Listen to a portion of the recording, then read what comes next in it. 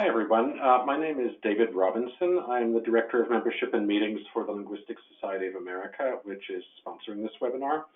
Thank you all for being here. We're going to take just a few more minutes to allow the rest of our attendees to join in. So please sit tight for another perhaps 3 to 4 minutes, and we'll get started. Thanks again.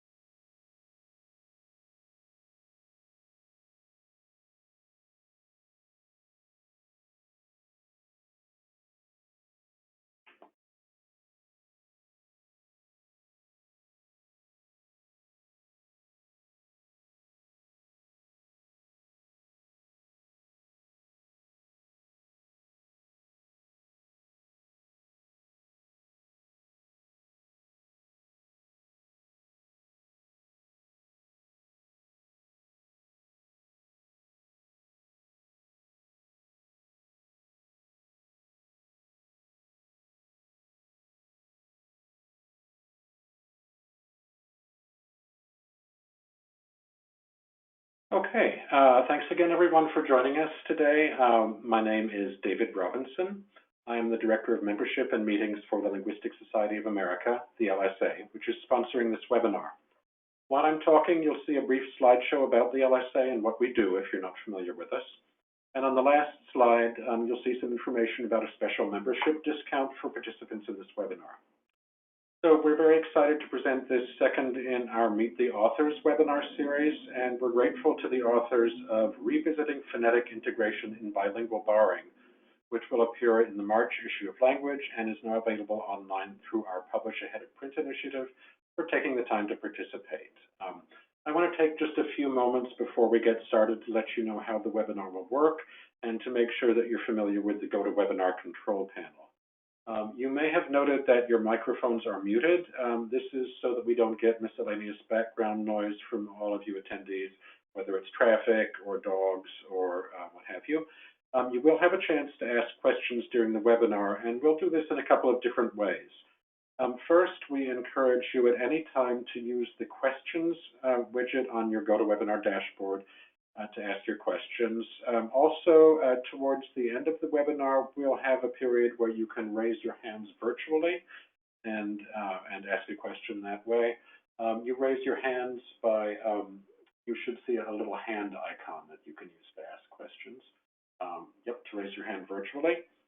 And when you do that, I will enable your audio so that you can ask the question yourself. And in either case, whether you are posing your questions in writing using the questions widget, or whether you're posing them verbally after raising your hand, please mention if your question is for a specific panelist. Also, one other note, you'll notice that the panelists will play audio clips at different points during the webinar. The quality may not be the absolute best right here, but after the webinar, when we have a recording up on a page on the LSA website, We will have also a transcript of the audio clips, and we'll have links to the original recordings. So you'll be able to hear them in all their glory. So I'd like to turn the floor over now to the article's lead author, Dr. Shauna Poplak, who is Distinguished University Professor at the University of Ottawa. So I will that change momentarily, and here she is, and we should be getting the, I think the slideshow up. Yes, there we are. Okay, thank you, David, and thanks everybody for joining us. A bit of a disclaimer, this is the first time any of us have ever done this, so please bear with us. We're going to try to make it work, but no guarantees. For many of us, bilingualism is a fact of life, either because people all around us are doing it or because they're talking about it, and not particularly admiringly. Its poster child is language mixing, which is the darling of linguists who see it as an amazing window into the bilingual brain, and also the darling of language mavens who insist that it destroys the languages involved. In Canada, where three of us are located, literally everybody has an opinion on this, mostly bad. So it's no surprise that we as sociolinguists have spent decades on the ground in bilingual speech communities trying to understand how members handle their languages in the course of their spontaneous interactions. And our work has shown that language mixing, at least as it transpires synchronically, consists basically of two processes: lexical borrowing and code switching. Each of them is highly rule governed, but by opposing constraints. So just to put it simply, when bilinguals code switch to another language, they adopt the morphology and the syntax of that language. So in this example, note the do support and the not contraction, both of which are entirely alien to French.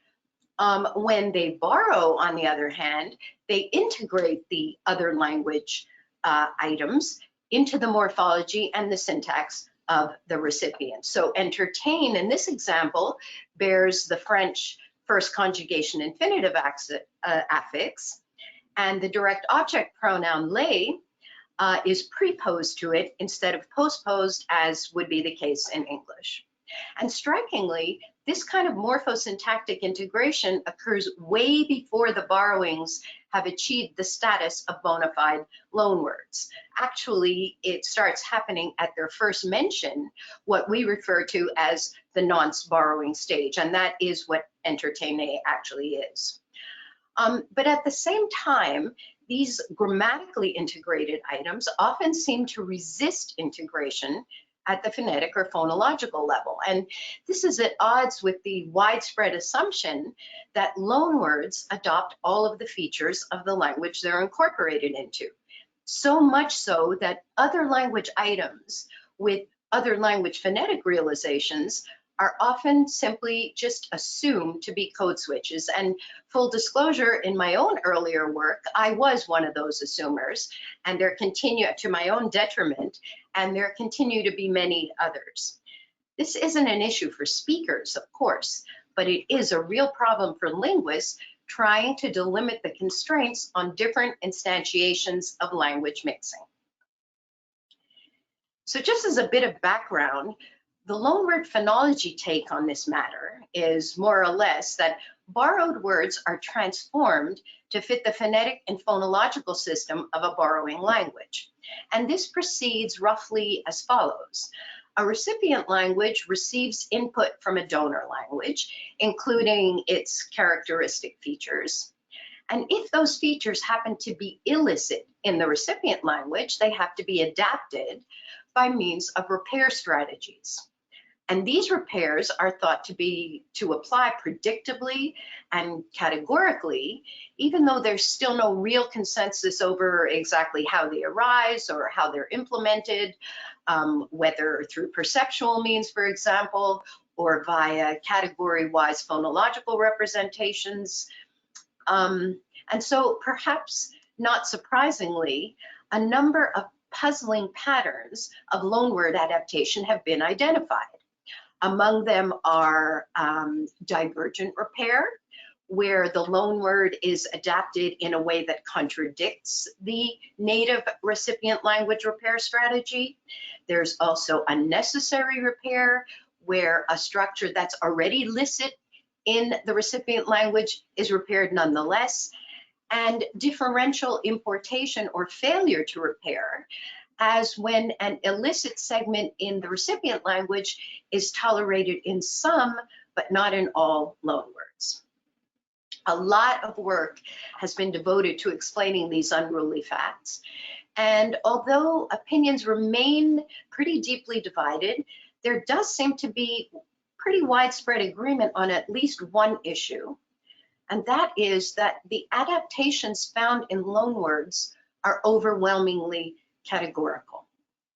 So in this paper, we want to test these claims in the spontaneous mixing behavior of bilingual speakers situated in the context of their bilingual speech community. And while we're at it, we also test whether phonetic integration is a necessary or even useful diagnostic of loanword status. So we've adopted a number of methodological moves in this work that distinguish it from previous approaches. First, and probably most crucial, our work is informed by the observation that only some instantiations of language mixing, specifically those that have been borrowed, are eligible for integration at the morphosyntactic level. Code switches retain the morphosyntax of the donor language. Now, if we want to confirm whether this dichotomy also holds at the phonetic or phonological level, as is generally assumed, we have to first identify and then distinguish these different manifestations of language contact. Even once we've established that the other language material has in fact been borrowed, we still have to recognize two types, attested loanwords and nonce borrowings. Only the latter represent actual borrowing per se, since the others are likely to have been transmitted along with the rest of the L1 lexicon. You don't need to know any French to use words like adventure or clarinet, female, salmon, etc. All English speakers can access them. So the locus for any study of the process of loanword integration is nonce borrowings. And since nonce borrowings are the sole province of bilinguals, they may display very different patterns from attested loanwords, for which, as we've just seen, no knowledge of the donor language is even required.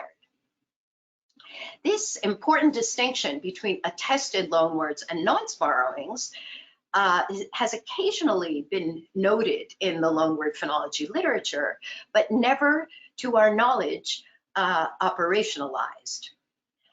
And we think that this contributes to the lack of consensus surrounding the mechanics of loanword adaptation.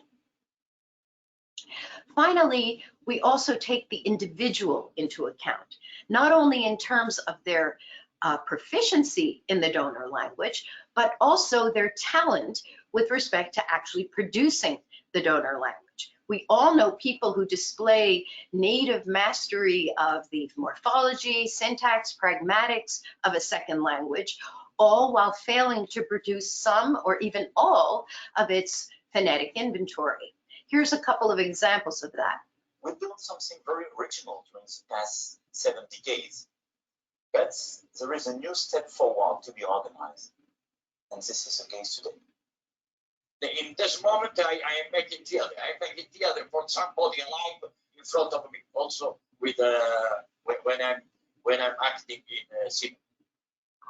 As David said, you'll be able to access this clip and all the others afterwards. They'll be posted on the page. So what you heard is what is popularly known as a foreign accent. And as you can see, it's independent of any kind of language mixing. But if it should happen to surface while somebody is borrowing a donor language word, it's going to look a lot like phonetic integration, We call this involuntary integration. And for many speakers, involuntary integration happens whether they are speaking monolingually, as with Macron and Benigni, or mixing. And of course, this confounds any attempt to figure out whether they're integrating strategically, right, to distinguish mixing types, as we have shown them to do in the morphosyntactic domain. So we have to compare their mixing strategies with their treatment of like items in both their recipient language and in their other uses of the donor language, that is monolingually and in other types of language mixing. So taking all these considerations into account, in this paper, we want to examine the process of phonetic integration of other language material as it unfolds spontaneously among members of a well-defined bilingual speech community in the National Capital Region of Canada. So from a sample, an original sample of 120 francophones, we specifically selected those who engaged in the most nonce borrowing from and code switching to English. All of them, of course, use plenty of English origin dictionary attested loanwords. And to avoid contaminating the results with involuntary integration that would result from, their eventual inability to achieve the donor language target, we limited our sample only to participants we knew to be capable of producing the segments in both the recipient and donor language form. Controlling for this aspect of the sample is probably the most original aspect of our study, and also the most crucial, because this is what ensures that the integration that we're measuring, in fact, arises from the speaker's choice rather than from need. And we also analyzed individual factors like age and bilingual ability, and group characteristics like intensity of contact in the neighborhood, all of which have been shown elsewhere to correlate with linguistic productions in contact situations. So all of this infrastructure is, we marshal it to address the specific question, which has actually plagued the field for decades, of whether phonetic realization works in tandem with morphosyntactic integration of other language material. Specifically, do bilinguals marshal phonetics consistently to distinguish their nonce borrowings from other types of language mixing? And by extension, are analysts justified in so doing? So before homing in on the answers, I'm just going to turn the floor over to Suzanne, who will give you a few more details on our research design. Suzanne? Hi. So as you just heard Shauna saying, our speaker sample consists of the 25 participants who engaged in the most code switching and nonce borrowing, which was done to ensure that we would have enough data to assess how they handle different mixing types. All of these speakers are native francophones, and of course, they're all bilingual, although their proficiency does vary. As we saw a minute ago, you don't have to be bilingual to use attested loanwords, though as it happens, all these speakers did, but you do have to be bilingual to code switch or to nonce borrow. And because our goal here is to assess whether and when bilinguals integrate their other language material into their recipient language, which here is French, we had to make sure that non-integration was actually an option for these speakers. That is, we had to verify that they were capable of producing English material in English. So the 25 individuals that we included were the only ones in the entire corpus who met all these requirements, which really serves as a reminder that not every resident of even well-established bilingual communities shares the same repertoire of skills or forms. So in order to determine whether integration has happened, we first identified conflict sites, which are elements that can unambiguously be characterized as belonging only to the donor language or to the recipient language. And these should be easy enough should have been easy enough to locate in the French-English pair, since there are a number of observable phonetic differences between them. You know, the vowel system, the voice onset time of the plosive inventory, suprasegmental features such as lexical stress and intonation, etc. But most of these apparently obvious differences turned out to be unsuitable because it turns out that many apparent conflicts actually have large acoustic regions where French and English values overlap. This makes them non-diagnostic because we have no way of knowing whether a value that falls within this ambiguous region can confidently be classified as English or French. Other seemingly good candidates at the outset ultimately had to be rejected because they didn't occur frequently enough once all the other sampling criteria had been satisfied. But despite these stringent criteria, we managed to isolate 4 diagnostics that do capture measurable and unambiguous differences between French and English. So we have the phonetic realization of the segments represented orthographically as TH, as in thieves here.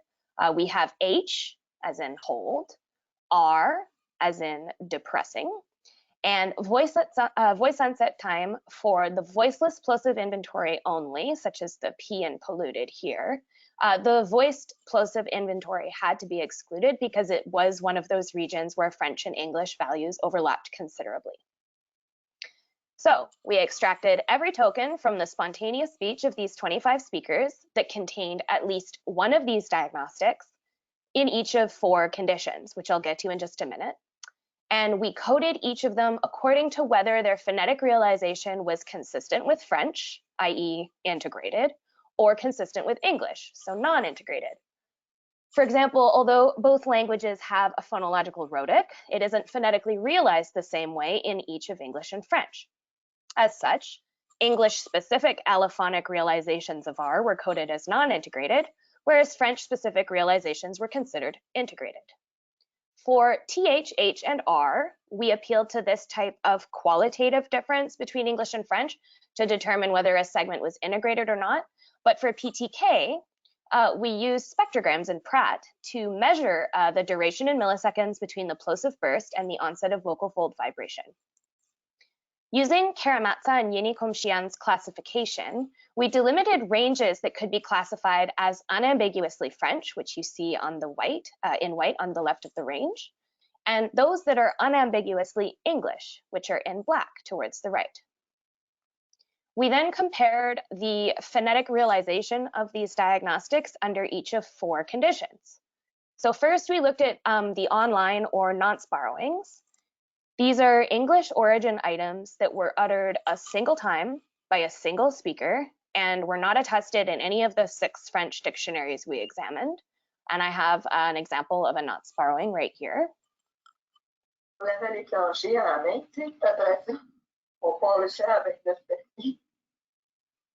So we compared each speaker's treatment of these items to their own realizations of the same diagnostics in other mixing types that can be considered benchmarks for either English or French.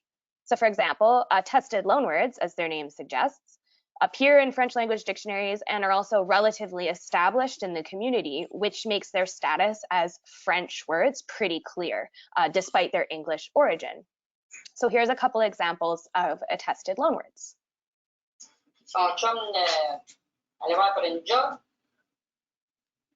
So at the other extreme, we have the code switches, which are defined here as multi-word stretches of English. Because these, by definition, involve recourse to the donor language, they serve as our benchmark for speakers' English production. So here's a code switch. You're set in your ways, right? And finally, since we know that actual speech may differ in unpredictable ways from some conventionally construed standard, we also considered the speaker's own unmixed French to ensure that we had a valid benchmark for the recipient language. So here's an example of benchmark French. Mais les autres, on achetait des cotes de bois, toutes coupées, tout prêt, on mettait ça dans le cadre. Okay, so after applying all of these criteria, we ended up with 1,354 tokens. Now, this might not seem like a lot, but the reality is that even in a data set of bilingual speakers as huge as the Ottawa Hall French corpus, the entire pool of other language material represents less than 1% of the corpus data. And our focus on nonce borrowings, which by definition occur only once, necessarily reduces our data pool even further. The tokens also end up being quite unevenly distributed, as you can see here. The diagnostics themselves occur at disproportionate rates in the two languages. Some, like TH, are extremely frequent, whereas others, like R, are far more numerous. And even in cases where segments do recur very often, it's not like we could guarantee that speakers would choose to borrow or switch specific lexical items containing these diagnostics. And previous studies haven't had to deal with these issues because most of the data that existing theories of loanword adaptation are based on come from dictionary attestations or lab experiments or other sources whose relation to the actual process of loanword integration is unclear. But these disproportions and wonky distributions are what spontaneous speech is all about. And speech is where adaptation first takes place. So we had to live with the imbalances, especially since these tokens represent all of the pertinent data that was available to us. There simply are no more where those came from when our sampling criteria are respected. On the plus side, 1,300 tokens is nothing to sneeze at. In fact, as far as we know, it's the largest study of this type ever done. Also, since a single lexical item may happen to contain several diagnostic segments, so like toothpaste, for example, which has the T, the TH, and the P. Here's a bunch of other words with multiple conflict sites. We actually managed to achieve a respectable average of 54 analyzable tokens per speaker. So just to quickly sum up, our research design controls simultaneously for individual speaker, language mixing type, and diagnostic segment. We distinguish the individual from the group, involuntary integration from voluntary, and we situate more controversial donor language material, such as the nonce borrowings, with respect to relevant benchmarks. This is what allows us to uncover the facts of phonetic integration and to clarify whether speakers employ it strategically to distinguish borrowing from code switching. So before getting into the results, let's quickly review some of our expectations. First, the phonetic realization of an item should be consistent with its mixing status, as is the case for the morphosyntax. So this means that borrowed words, whether they be attested loanwords or nonce borrowings, should be realized within the phonetic region associated with the recipient language, which is French in this case. Whereas code switches should be produced within the region of the donor language, so English. Now, this may seem strange to hear from variationists, but we do expect these realizations to be categorical in the sense of belonging to English only or to French only. This is because in our study design, we specifically selected our conflict sites for their diagnosticity. These expectations should apply to all speakers, especially since we know that these can produce the segments in both languages, and they should hold across all linguistic environments. But surprisingly, as Nat will tell us in a minute, none of these expectations ended up being fulfilled. Before moving on, should we take a little break to see if there's any questions, or? Well, we don't have any questions yet, so I think we can go on to the next, probably to the next speaker if we like. And just a reminder to those of you in the audience that you are welcome to submit questions at any time. Since we're going on with the presentation now, we can address those at the end after everybody's spoken. And you'll also, as I've noted earlier, have the opportunity to ask them live by raising your hand virtually. So I think we could probably go on to Natalie. Hello. Okay, so now we get to dive in to the results, and we're going to start with the nonce borrowings. As Suzanne just said, the expectation that their integration rates would parallel benchmark French was actually not met because there was actually quite a lot of variability. And here are some examples for you to hear that.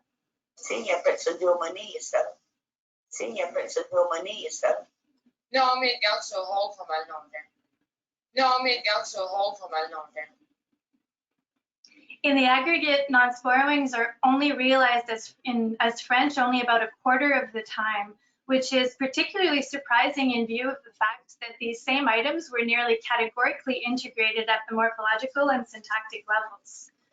And this robust variability characterizes 3/4 of the sample.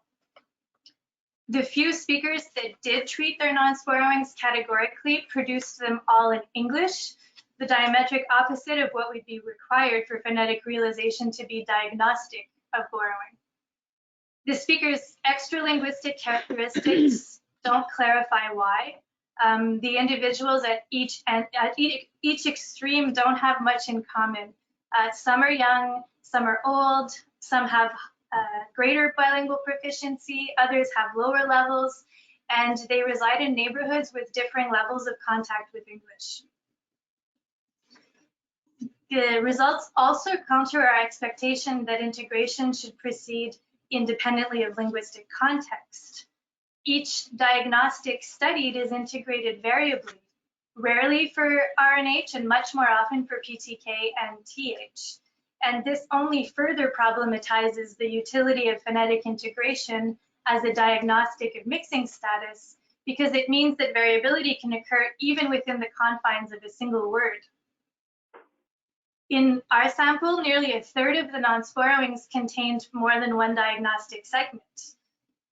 They're sometimes treated in the same way, like the speaker on the left who produced both segments as English and smelters, and the one on the right who realized factory with 2 French segments. But more than 1/3 of the time, speakers treat the various segments in the word in opposite ways.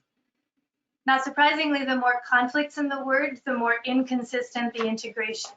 This is what we see when we focus on only 4 diagnostics, but these words contain many others, so there would be even more inconsistency if we were to consider more of them. So overall, the behavior of nonce borrowings definitely militates against relying on phonetic integration or phonetic realization as a measure of mixing type. But it could be argued that these puzzling results might derive from the properties of the contentious category of nonce borrowings itself. These items were uttered only once by a single speaker, so by definition, they're neither recurrent nor widespread. And that didn't impede their morphosyntactic integration, but theoretically, it could have interfered with the establishment of a shared phonetic strategy. But before pursuing this angle, it's important to consider whether the benchmark donor language items are themselves behaving closer to expectation.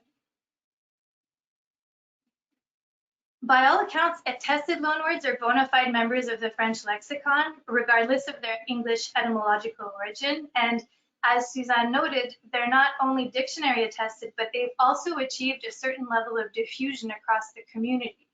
So we would expect them to be integrated into French, just as we found for their morphosyntax. But surprisingly, they show no propensity towards a French realization either. And here's some of the variability. À la fête de vin pour 6 piastres de grossi, par la 25 piastres et demi. À la fête de vin pour 6 piastres de grossi, par la 25 piastres et demi. Il y en a comme l'autre qui sont toujours dans les bars à disco bilingual. Il y en a comme l'autre qui sont toujours dans les bars à disco bilingual. Attested loanwords display the same kinds of fluctuation across speakers that we saw for nonce borrowings.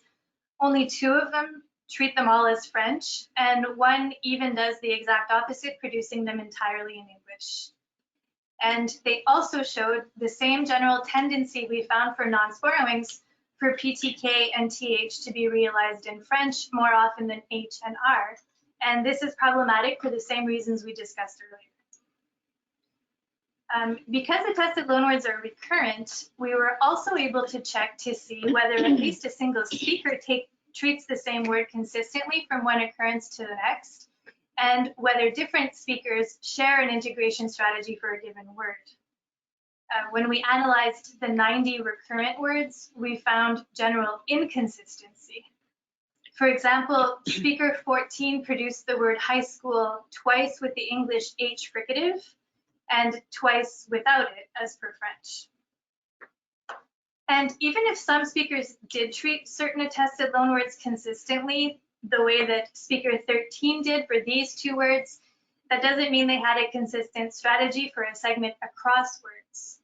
So here, both uses of the word cafeteria were realized with the French uvular fricative, but the English retroflex was used in both occurrences of horn. And things didn't improve when we examined the realizations across the community.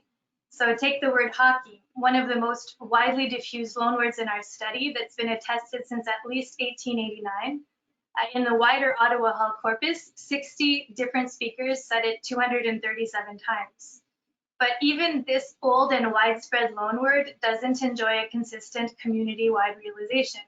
Neither the H nor the K is treated consistently across speakers. Some choose the French segment, some choose the English, and some alternate between the two. And the same is also true of both of its vowels, by the way, although we didn't specifically target those in our study. So you get realizations like okay and ake and ake, for example. You get the idea that the phonetic realization of attested loanwords varies across every parameter we analyzed. And yet there can be no question that every member of the community, whether from the subsample or in the wider corpus, is capable of producing these segments in French because they're francophones after all. So consistent integration really shouldn't be problematic to achieve. And of all language mixing types, attested loanwords would be predicted to be the most amenable. We'll come back to this, but at this point, we can confirm that the inconsistency we observed in the phonetic treatment of nonce borrowings can't be attributed to their extralinguistic characteristics. Phonetic realization just isn't particularly diagnostic of borrowing, but we have yet to see how it functions with multi-word code switches. These are uncontroversially English, so they should be governed by the grammar of English, including its phonetic requirements, especially by these individuals who are known to be capable of English realizations.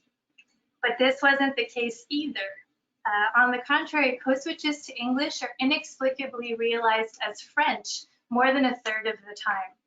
And here's some of the variability for you to hear. Mon père est strict, mais disons que we had a way of living. Mon père est strict, mais disons que we had a way of living. I'm very satisfied with her, is it? I'm very satisfied with her, is it? This is way off the expected rate of 100% English, and the proportion of code switches that were realized as French is actually even higher than it was for nonce borrowings. Not one speaker realizes the English words contained in code switches categorically as English, even though you might recall that some did for their nonce borrowings and even their attested loanwords. Segment turns out to play a role for code switches as well. This is less surprising, mind you, because unlike the two other categories, here we're dealing with the donor language. And of course, some donor language segments might be easier to produce than others. And speakers may also have different thresholds beyond which they can't sustain accurate English realizations. And psycholinguistic factors associated with differential realizations may well be operating too. But none of those considerations can explain why the variability between speakers and segments that characterizes the treatment of code switches, where the target is English, parallels what we found for nonce borrowings and attested loanwords, where the target is French. In the end, none of the three categories of other language items, whether nonce borrowings, attested loanwords, or code switches, shows any particular allegiance to the phonetics of either French or English. So this means that borrowing or code switching doesn't determine phonetic realization. This means that borrowing or code switching doesn't determine phonetic realization in and of itself. So it can't be used to classify other language material. That answers our initial question pretty definitively, but all three mixing types display variability, and in each case, both segment and speaker appear to be playing a role. So as variationists, we were naturally curious to know more about what was going on. The results of this secondary line of inquiry are independent of the finding that phonetic realization is too variable to constitute a fail-safe diagnostic of language mixing type, but establishing which factors contribute to the variability and determining their relative importance can help clarify the role of mixing type overall in shaping the phonetic form of other language items. So now I'll turn the floor over to John to go over the results of this aspect of our analysis.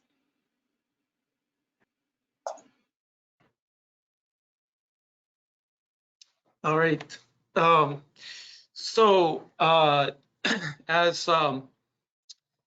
As Suzanne described earlier, our data set of other language items is comprised of 1,006 tokens distributed across the 3 mixing types.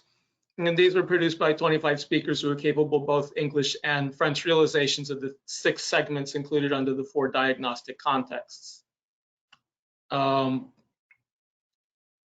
As you can see from the cross tabulation, the number of divisions this creates, which is 300 in all, inevitably results in the unbalanced and sparsely populated cells. The gray cells here have no data or just a single token. For example, this situation is clearly less than ideal, but there's no real remedy for it.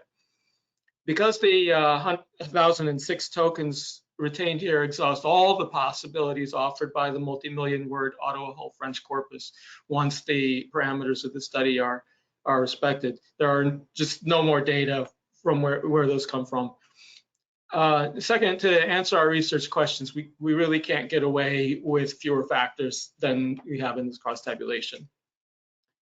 Since the response variable phonetic integration is a binomial outcome, French or English realization, our analysis needs to employ logistic regression, but the potential interspeaker differences necessitate a mixed effects model structure with the random effects for speaker.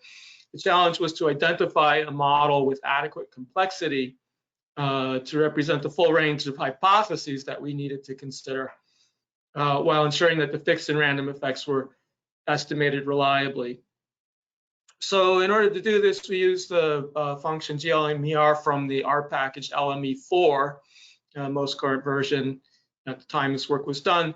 The model you see here was the largest set of factors considered reasonable to estimate our data. That's coincident with the crosstab you just saw. The model's fixed effects include the intercept, which is symbolized as 1, mixing type, the linguistic factor for a diagnostic segment, and the extra linguistic factors of age, cohort, relative level of English proficiency, and neighborhood of residence, the last one representing contact with English at the local level.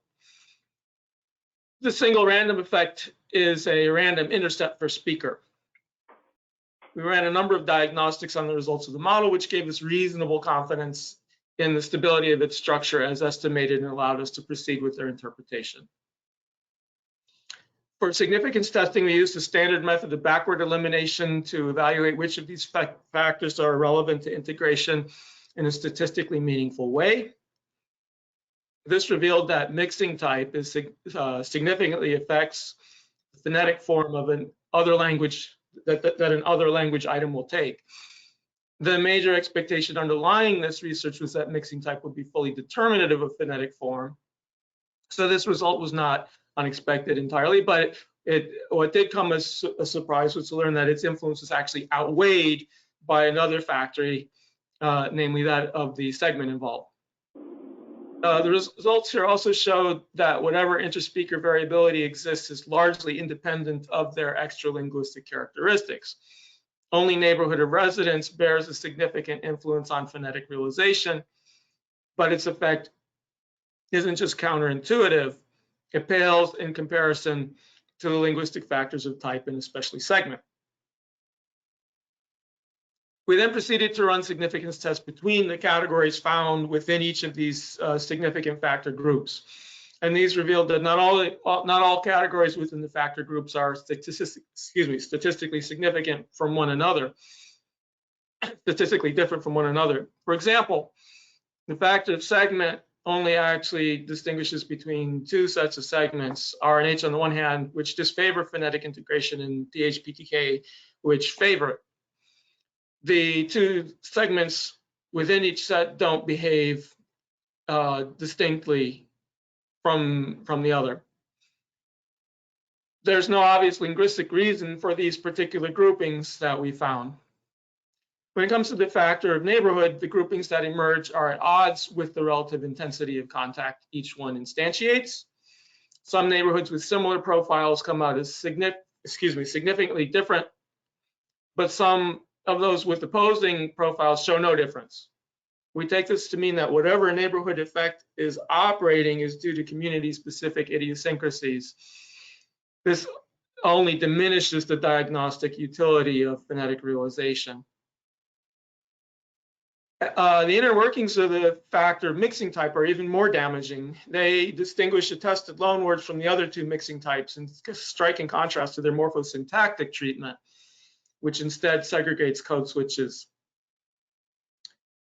You'll recall that our model also included random effects to control for the potential influence of individual speakers. Figures you see here compare the random effects against the groupings for age, proficiency, and neighborhood. For all age and proficiency groups, and for all neighborhood groups, intra-individual variation as seen from the spreads of the conditional means for each speaker within the groups exceeds that of intergroup variation. For neighborhood, which is found to be significant, although for reasons that can't be linked to language contact, we further note that the effect is complicated by the small sizes of two neighborhoods. In fact, there's no compelling reason to suppose that any of these extra linguistic factors influence phonetic realization, confirming the distributional analyses that we showed earlier.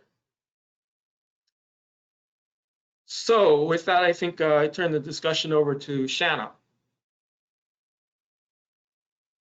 Okay, so what have we learned? Well, I think what surprised us the most is the lack of any systematic strategy for phonetic treatment, not just of nonce borrowings, but of all types of other language material. We think the resulting variability is at the root of much of the controversy over the proper avenue for loanword integration, as well as over the identification of language mixing strategies more generally. Mind you, this variability hasn't exactly gone unrecognized in previous work, but the extent of it that we uncovered here was, to say the least, unexpected.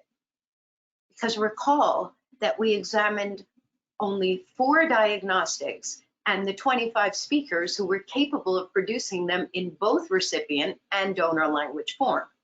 Imagine what would have happened if we had considered the many other diagnostics in the French-English pair and the many other community members who can't produce them in English.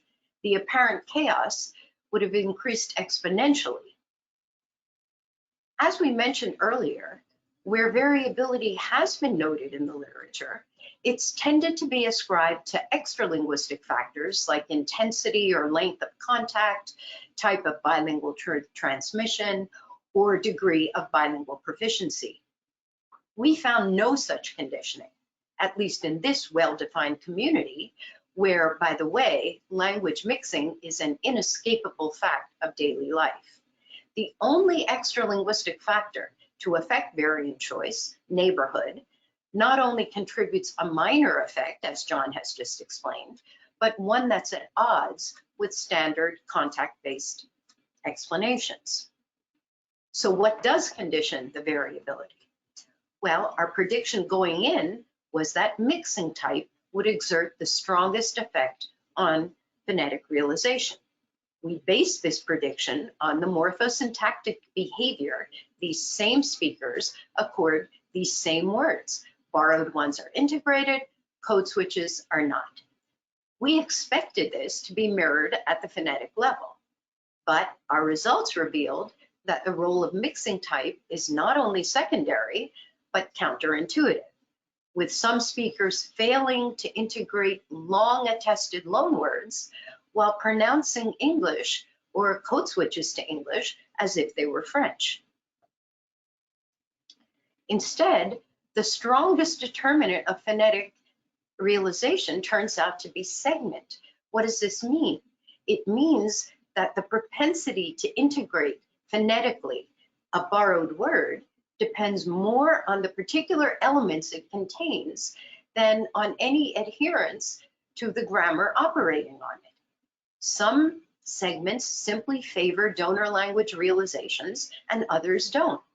And these preferences in turn appear to be community specific. French Canadians don't like to pronounce English words with French R, while Francophones from France apparently wouldn't have it any other way. Actually, the fact that segment should play any role at all in integration, let alone the strongest role, is what is most damaging to the assumption that phonetic realization is a necessary or even a useful adjunct to determining the status of other language material. But before wrapping up, I just want to offer two caveats. First, even though the standard predictors of variability in bilingual contexts don't play a role here, we're certainly not claiming that we've exhausted the range of possible contributors, whether linguistic or extra-linguistic. We're hoping that future work, our own included, will shed more light on the factors conditioning this variability. And nor would we insist that the results we've presented here hold for every bilingual community.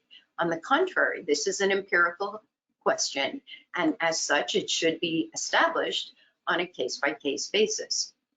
But we do want to stress that even if conditioning were to be found, whether social or linguistic, this would not impeach the central lesson of this study. Speakers do not marshal phonetic integration systematically to distinguish mixing types.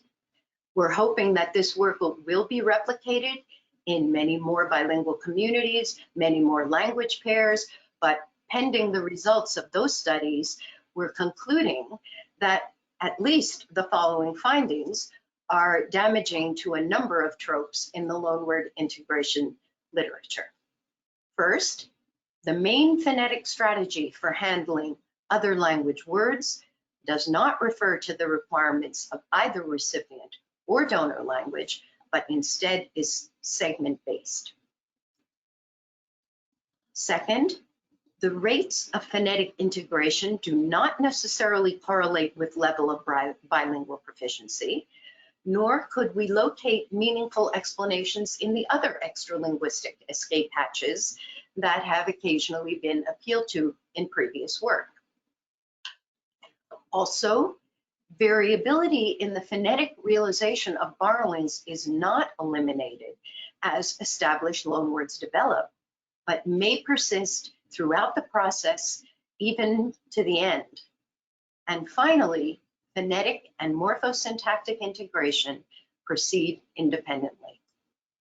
These and the other findings we have presented all strongly suggest that speakers do not avail themselves of phonetics strategically to distinguish other language phenomena. So it's incumbent upon us as linguists not to simply assume that they do. Instead, phonetic integration of borrowed material has to be established segment by segment, word by word, speaker by speaker, and community by community. So in closing, we just want to thank the following colleagues who so kindly read earlier versions of this work and provided so many comments that greatly improved the current version. All the normal disclaimers, of course, apply. We thank Basile Roussel, members of the Sociolinguistics Lab, and members of the Department of Linguistics for their material support of this presentation. Thank you to Andres Coetzee for inviting us to present this paper here in the first place. And thank you to David Robinson, who made the smooth running of this webinar his full-time job over the last couple of weeks. And thank you, all of you, for listening to us.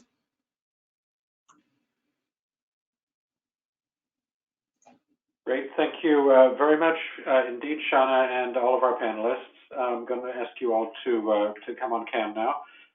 For those of you in the audience, we have come to the question and answer portion of the webinar. So you have the option of asking questions using the questions widget, and if you do that, I will forward them to the panelists so they can answer them.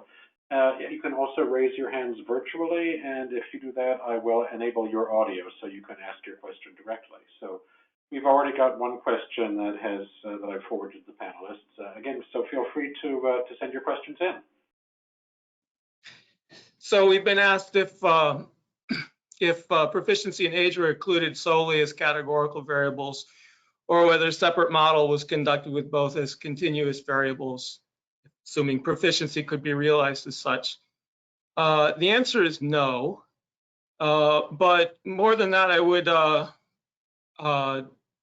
try to caution the questioner that not to expect too much from that particular kind of manipulation.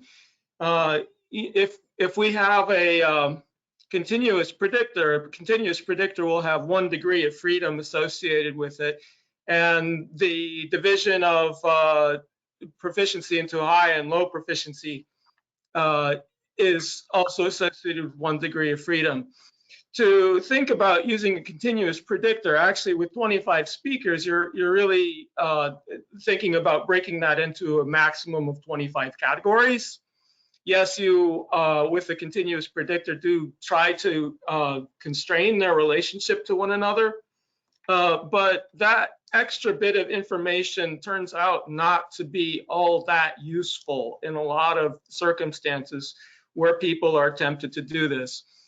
This is especially true with age, where cohorts make much more of a difference than fine gradations in differences in age.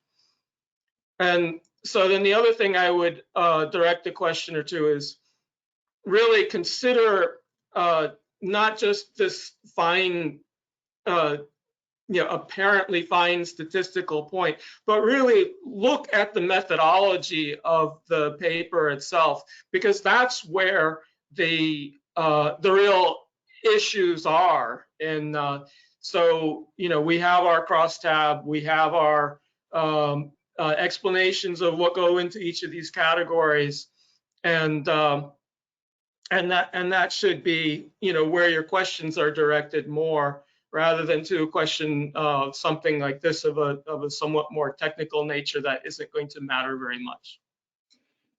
We can also expand a little bit on the actual measure of bilingual ability, because that was part of your question, because that's something that is gradient as well, and how do you assess the relative levels, and that's something that they had to contend with earlier on with the corpus. Shauna, did you want to explain how you guys? Sure. It's notoriously difficult to measure level of bilingual proficiency. I don't think anybody has actually succeeded in doing so yet. But what we have is a relative measure of the place of English in each of the community members' repertoires. So we have developed this cumulative English proficiency index built on both speakers' responses to the different situations in which they use English, for example, at work or in the home, out on the street, in the supermarket, and so on. And these are differentially weighted. For example, if you use English with your parents or your kids, you get a much higher English proficiency index than, for example, if you only use it at work. We also incorporated each speaker's rate of borrowing, each speaker's rate of code switching, and also our own observations of their proficiency, and we were able to divide the groups into 4 different levels of English proficiency, and that's what we use as a code in our different statistical analyses. But it's a relative measure of those who for whom English occupies a greater or a lesser place. Yeah, and in this case, we ended up, even for the statistical portion, I think we had to break it down into 2 lower and higher, grouping the 2 lower groups into one cohort and the 2 higher groups into another, because even that was creating even more more divisions in the sparse data, which were complicating the statistical. On a technical level, balance is much more of a concern.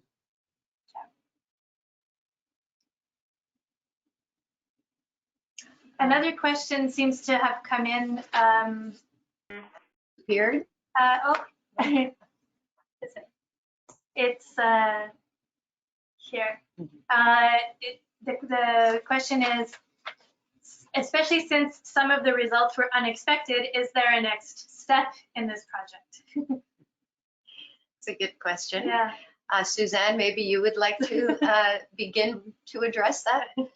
Yeah, begin to is the right word. Yes, I think there are definitely some next steps in this project, as Shauna pointed out earlier, because these results were so surprising. We seek to have this replicated in other bilingual communities to see what's going on. I mean, how consistent is this? The results that come out of the sociolinguistics lab at U Ottawa for the morphosyntax show that the strategies are pretty consistent from language pair to language pair. So is the same to be said for the phonetics, or is this bizarrely some coincidence of the French-English scenario? We also had done a little more exploration on voice onset time and had uncovered some indications that there might be some contact-induced change going on. So those explorations are still underway. But yeah, that's where we're thinking of going. I would just add to that this is already a big next step, which emerges from work that Suzanne did as part of her master's memoir, where we found the same result that we presented here today, but nobody was willing to believe that it was a true result. And that led to several years of research trying out all kinds of phonetic diagnostics and changing the sample and analyzing the life out of all of this until we were finally willing to accept that these results were robust because they kept recurring no matter how we changed the yeah, we usually, you know, in our variationist work, the whole point of what we do is to find the order among the chaos. And this is why this did take us a while as well, because it took a long time to accept that it was maybe a little bit more chaotic than we originally thought. Also, the fact that there were basically idiosyncratic strategies for the different neighborhoods, and by that I mean the fact that neighborhood was selected as statistically significant to the realization without it being related to anything having to do with contact, kind of points to the idea that there might just be some community specific strategies, and that would suggest that in another community than Ottawa Hall we might get something entirely different as well. And certainly there are bilingual communities out there where the speakers are maybe more proficient overall as a whole, or other communities in which they're less proficient. And a lot of the literature on loanword adaptation, I think, might come from some of those communities. So expanding the range and the social characteristics of the communities examined could help fill in the puzzle of, you know, where you might get more regular patterns and where you might get more weird patterns like what we uncovered. This having been said, the results that we found for morphosyntactic integration recurred in over a dozen typologically different and typologically similar language pairs. And yet, as you're saying, we still have this kind of fluctuation on the phonetic level. I see there's another question. Yeah, we have another question.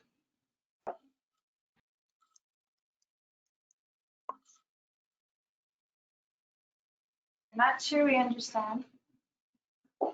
So it says, to what extent do you think the segmental effects could partly reflect that phonetic integration in the study could be due to phonetic integration directly or to phonological integration or representation?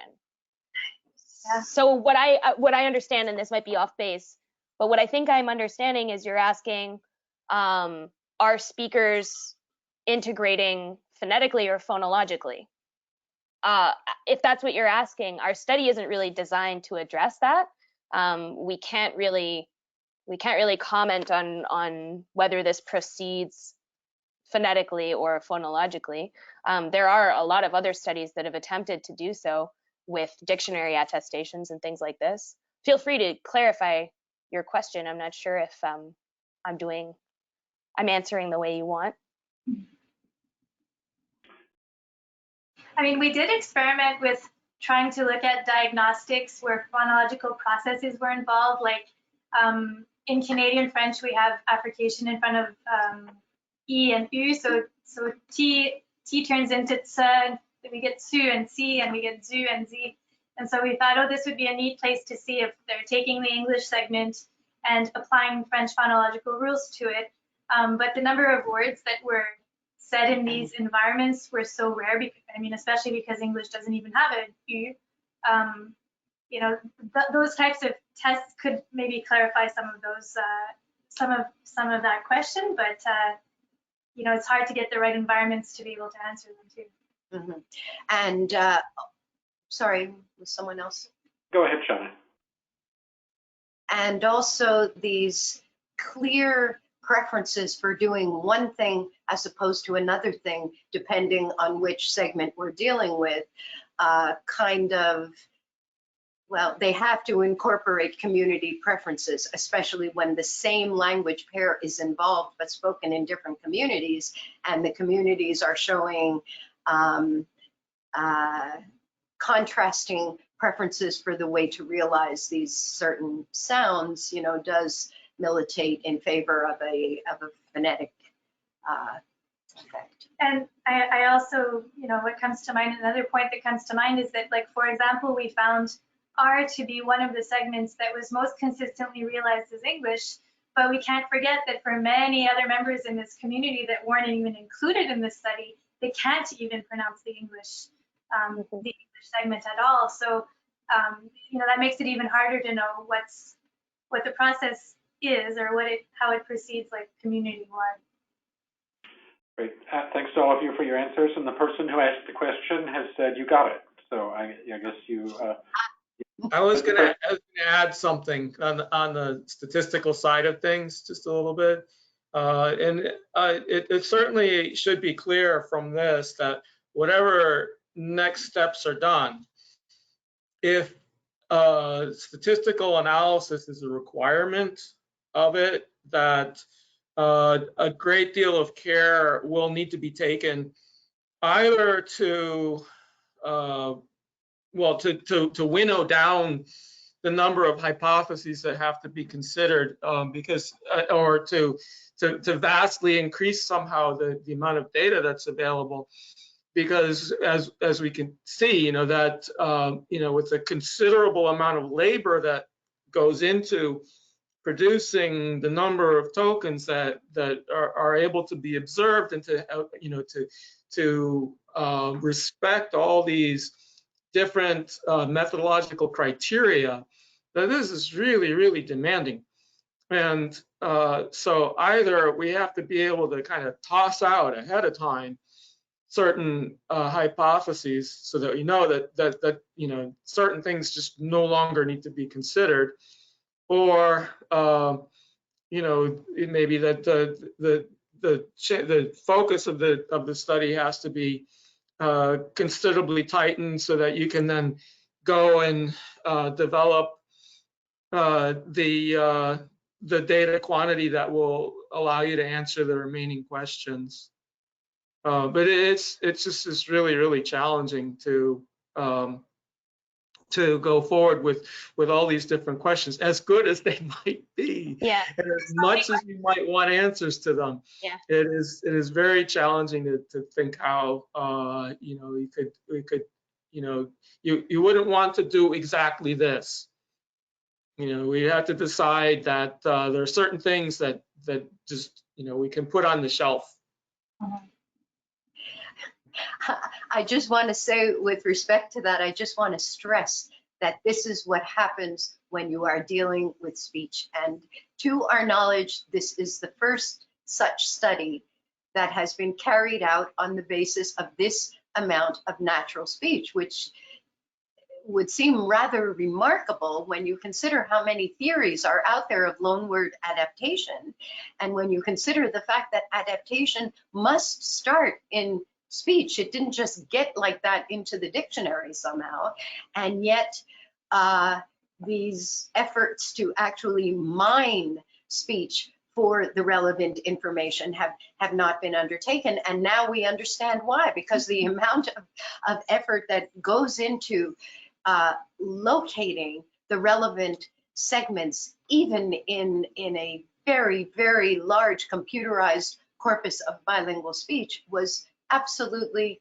astronomical. And despite all of these years of effort, as John has said, we ended up with an extremely disproportionate and skewed and wonky data set. I mean, that happens a lot, mind you, with the data of speech. We're kind of used to it, but not everybody else is. But it shows you that this is what we're dealing with out there in the real world. I mean, yeah. In the corpus, there are more than 20,000 like loan, as in L-O-N-E, English origin words used in otherwise French contexts, and more than 2,000 code switches. And in spite of that, we only end up with the amount of data that you saw because, you know, speakers had to be limited, and also the diagnostics we selected don't necessarily occur in every one of those words. So. And it also sort of points up the arbitrariness of dictionary attestations. I mean, who are we to say that all speakers speak in that manner? Like, someone decided to write it down that way, or to say this is the word now, but it might not actually reflect what the speakers themselves are doing. It's very different. Yes, we actually have a question that's come in through virtual hand raising. So I'm going to enable that person's microphone, and please identify yourself to the panelists and go ahead and ask your question. And your microphone should be good to go now. Yes. Hi, my name is Michael Johns. I'm a graduate student at Penn State University. I don't know if you remember me, but I met you, Shauna and Nat, at InWave a couple of years ago. First, I just want to say thank you very much for this webinar. It's absolutely amazing. The thoroughness in your work is impressive as always.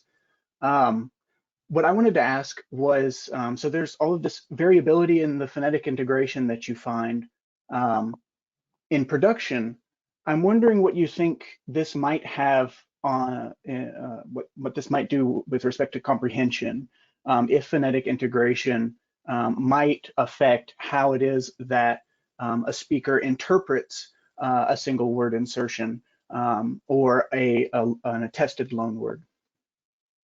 Well, I might take a stab at this one. Thanks very much for your question, Michael.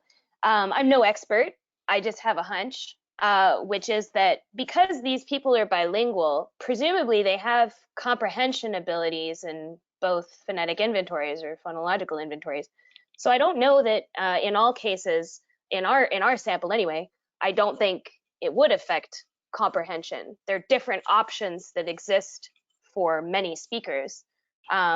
For the whole sample, and Nat and Shauna, feel free to chime in, but the whole sample who is less bilingual, these are among some of the more bilingual individuals in the sample.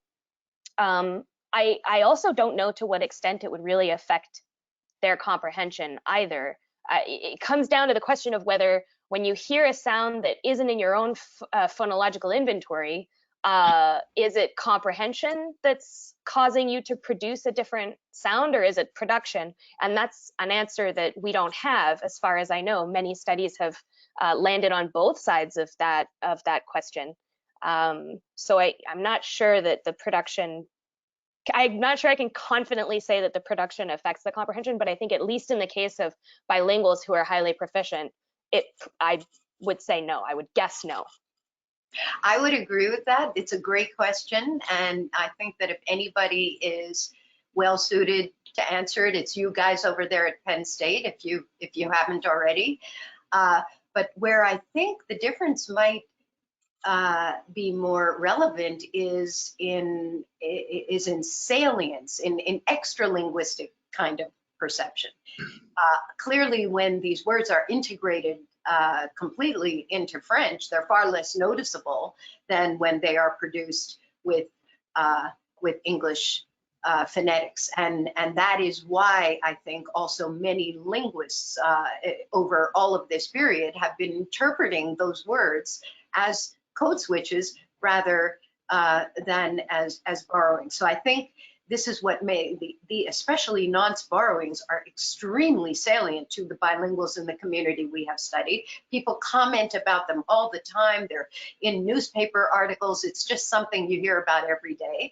And they notice these because they notice something different about the way they're being handled. For example, the pronunciation.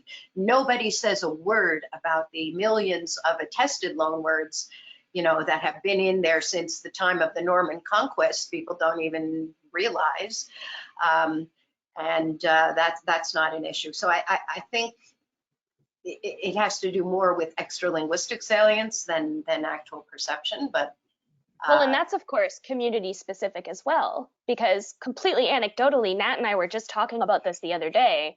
As a simultaneous bilingual, you have the option, I mean, subconsciously, I suppose, to produce a segment in whatever inventory you feel like using or happen to be using.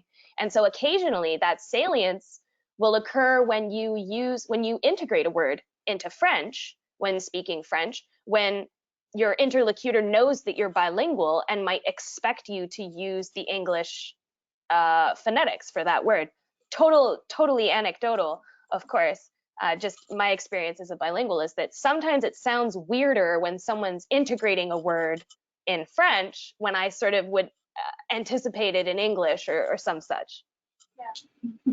I was going to make a suggestion along these lines, which is that, you know, and because this is also on the reception side, the question seems to be what kind of social work is, you know, are these particular phonetic forms doing?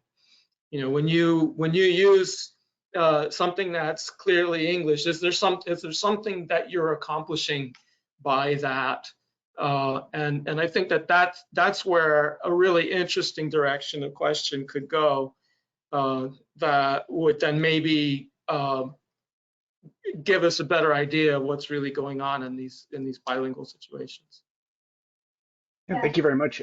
Saliency was actually something that I was thinking of almost the entire time, specifically with respect to the different rates, with the different segments that you picked. It just struck me that the rhotic might be something that's more saliently French, whereas the voice onset time is something that maybe speakers might not even notice at all, and how that might interact with, you know, if you're listening to it, how do you interpret it? So On the yes, other thank you hand, very VOT much. is going to be really, really common in English. Mm-hmm. Yeah.